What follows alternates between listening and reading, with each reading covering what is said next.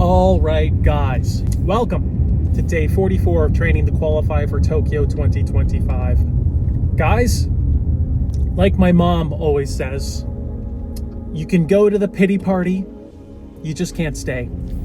We went to the pity party, boys. We cried ourselves to sleep every single night since, but we're feeling good today. No, I've been over it for a little bit now. I've been over the 600 meter performance in Miramar, but today we are doing a bit of a lighter workout today. The day after the Miramar meet, we did 6 times 500 meters with 2-minute rest. The day after that, we had just an easy aerobic day, easy elliptical. And now today, we are going to do 150, 200, 300, 200, 150, and possibly another 200, depending how good I feel. We're gonna have 5 minutes rest. And the goal is not to hurt. The goal is to hit my desired 800 meter pace and just maybe a bit slightly faster than that, just so we can get used to the efficiency of running at slightly faster than 800 meter pace. Because that's one thing we've been lacking, is consistently running at our actually desired pace. And if you want to run a faster pace, you got to run a faster pace in practice. So that's today's goal. Feel good, run a little bit quicker, and then we have some strength weights and a 30-minute elliptical after, along with the sauna. Guys, do you know what really annoys me? Yesterday, I spent, I don't know, like an hour and a half. I called over 8 numbers for the city of Gainesville, 3 of which picked up, which is, typical bureaucracy. And just to complain about this fence, this orange fence here. I mean, look at this. And I told them, I said, listen, like, when the wind blows, the fence swings out because it's so poorly put together, and it's hit me before. And I've had to dodge it all the time. And I've said, this is like a total safety hazard. Like, if I'm having these issues, a bunch of other people are too. And there's no markings in other lanes besides the 400 meter mark and the 200, in all fairness, where you can't run in other lanes. I told them about this and they're like, yeah, we put it in properly, and it's all the kids. The kids keep coming and knocking it over. And that's one thing I really dislike about, like dealing with municipalities or people kind of, not all people, but a lot of people hired by government. It's just, they just make stuff up. They have no idea what they're talking about, and they just make it up. They say, yeah, the kids are snapping the sticks and everything like that. I mean, look at this. Look at this. Like, look at the whole fence. It's all falling apart. It was all falling apart after day 1. And then they're gonna be like, kids, it's actually not our fault. And they just make it up. Like I said a couple videos ago, like, I saw them here. I saw the people who are looking over this. I saw them at this park, and they're looking at all this. They're looking at this bullshit here. And they're like, yeah, this is all according to plan. This is what was supposed to happen. And it's funny because I actually got on the phone with one of the people who was here, and I saw them. And so I was like, yeah, it's good to talk to you again. Like, this fence is such a liability. Like, what are you guys gonna do? Blah blah blah. And she was like, and I told her the stories. Like, I've gotten hit by one of these wooden spokes. These things like violently swing out. And she said, well, I guess you don't play a combat sport like I did. And she made that joke twice, and I pretended to laugh both times. If you're gonna make that joke, at least come and fix the fence the next day. Like look at this. Damn kids, guys. Damn kids. Look at this. It's the kids. It's actually the kids that are doing this. It just blows my mind. Like, no responsibility. I called around. Everybody says, like, well, this, that, this. And there's always a reason. And because they're not truthful, or they just make stuff up in general, it makes me not believe them that they don't know what's going on and that they can't do anything. Like, if their feet were held to the fire enough, they would do something today. But it is what it is. We got to deal with this stuff. Like, it's a bummer, guys. It's just a bummer.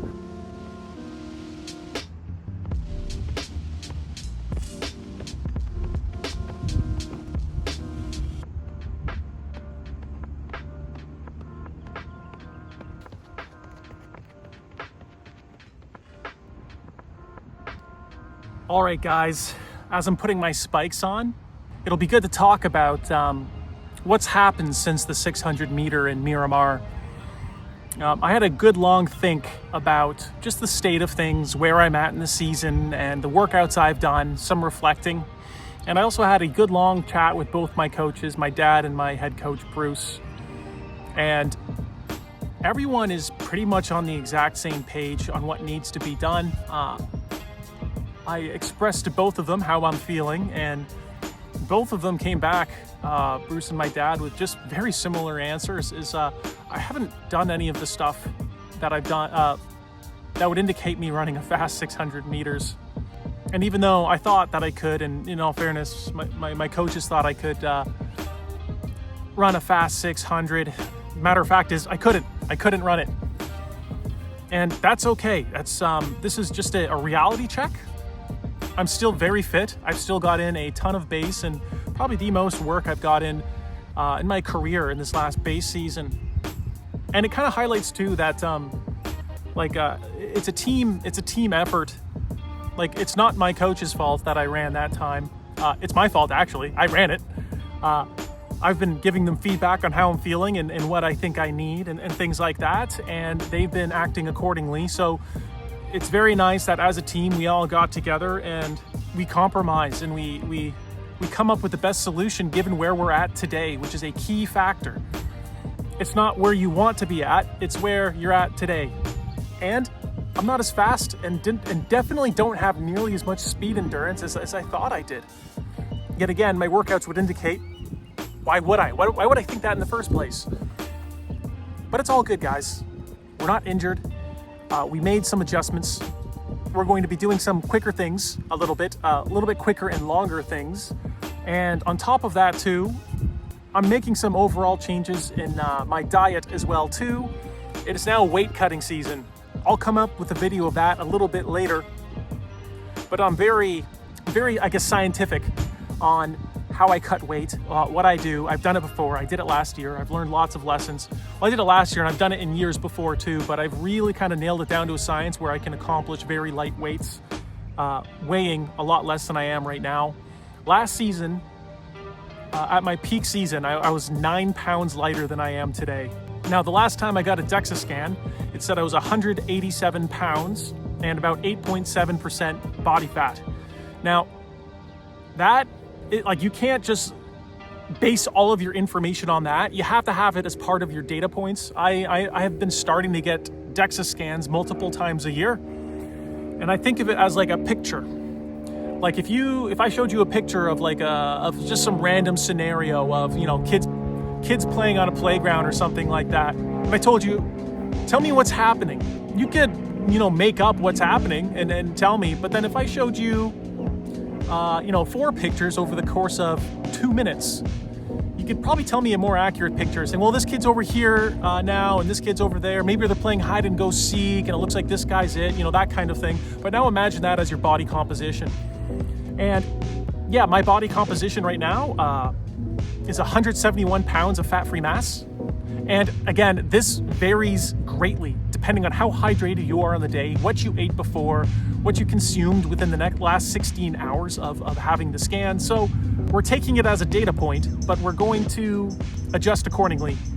The main data point we're going to take is last year, the lightest I weighed was 173.9 pounds. That was too much. I cut too much. So we're going to cut right now onto around 180-ish, depending how I feel, maybe dip under 180. But the lowest I think we'll go is around 178 pounds. And again, I've done it so many times that, it's okay.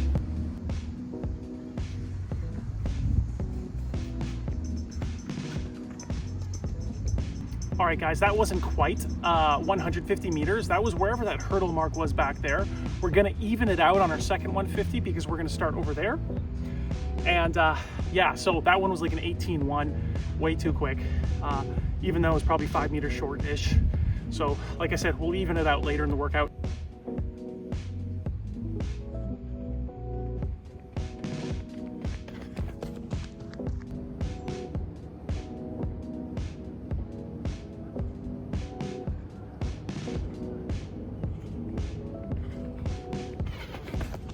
Well, guys, I'm glad I'm doing this.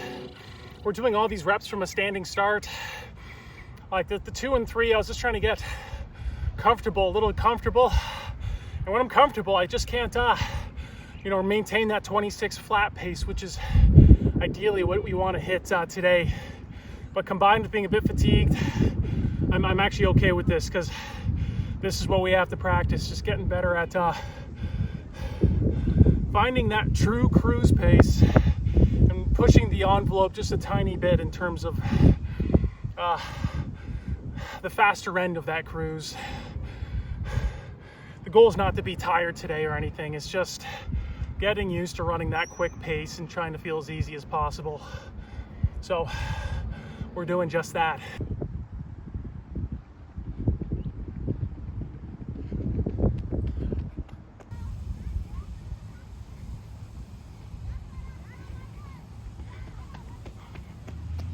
All right, guys, we just finished the workout. We're probably going to do a post-workout review on the porch back home, but yeah, a bunch of people are showing up, a bunch of younger track athletes. So let's get out of here and do a post-workout review there. All right, guys, we are back on the porch. Today's workout actually went pretty well.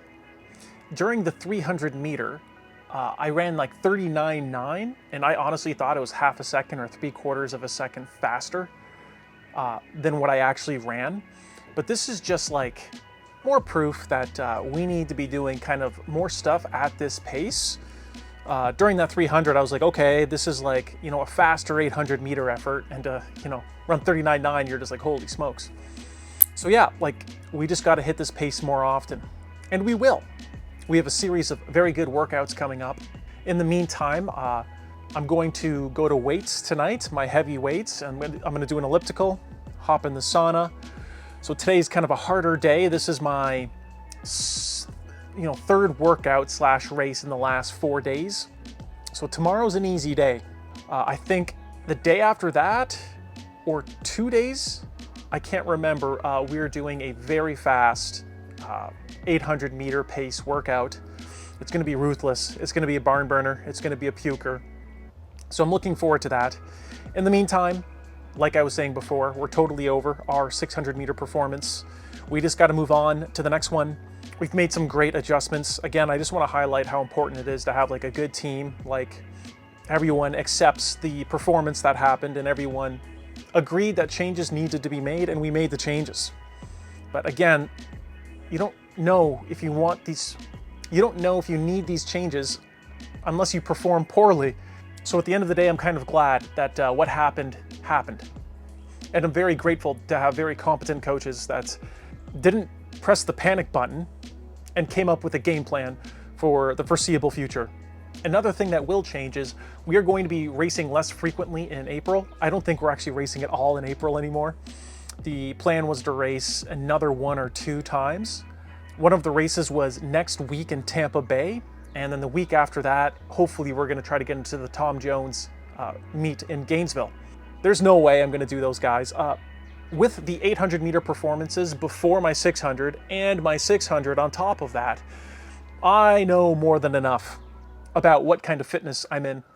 So instead of planning and tapering for these races, we're just going to train right through. We're going to get into great 800 meter shape, and then hopefully by May 3rd, which is our next meet at the UNF East Coast Relays, we'll be in fantastic shape, and we'll show up for an 800. We'll run a fast one, and hopefully that time will get us into fast heats in the future this season.